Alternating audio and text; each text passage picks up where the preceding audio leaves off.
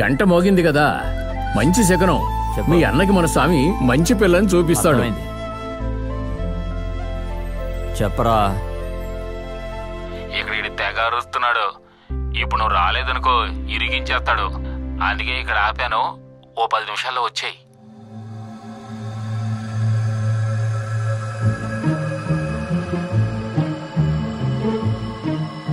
ఎరా రేయ్, ఇదెప్పుడు పేల్చేద్దామని ఎదురు చూస్తున్నావా? కేవలం నీ స్వార్థం కోసం, నువ్వు పట్టుబడకుండా ఉండడం కోసం 10 మందిని అన్యాయంగా పేల్చేసావు కదరా. నువ్వు అసలు మనిషివేనా? టపాసులు పేలడం కొత్త. పని చేసినప్పుడు పేలితే మమ్మల్ని ఏం చేయమంటావు? ఏంటి పని చేస్తున్నప్పుడు పేలిందా? పని చేస్తున్నప్పుడు పేలితే ఎలా పేలుతుందో, ఎప్పుడు పేలుతుందో నాకు తెలుసురా. ఏ యాదికేశావు, నీ మీద ఎవరెవరికి కంప్లైంట్ ఇవ్వాలో అందరికీ ఇచ్చాను.